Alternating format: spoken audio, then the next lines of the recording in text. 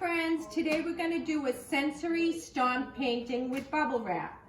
The four things you're going to need is a piece of white cardboard, poster board, some bubble wrap, some washable paints. I'm going to use blue and yellow. You can use whatever colors you guys love, and some masking tape.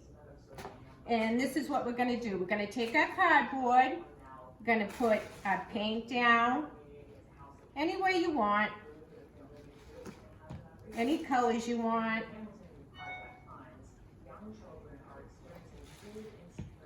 We're going to take our bubble wrap and cover it.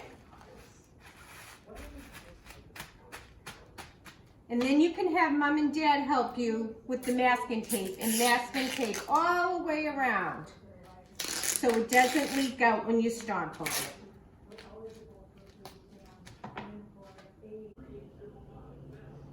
Okay guys, we're going to stomp away. This is a really fun way to watch the colors move all around and to practice your color mixing. With the blue and yellow, Miss Debbie's making green. Have fun with it.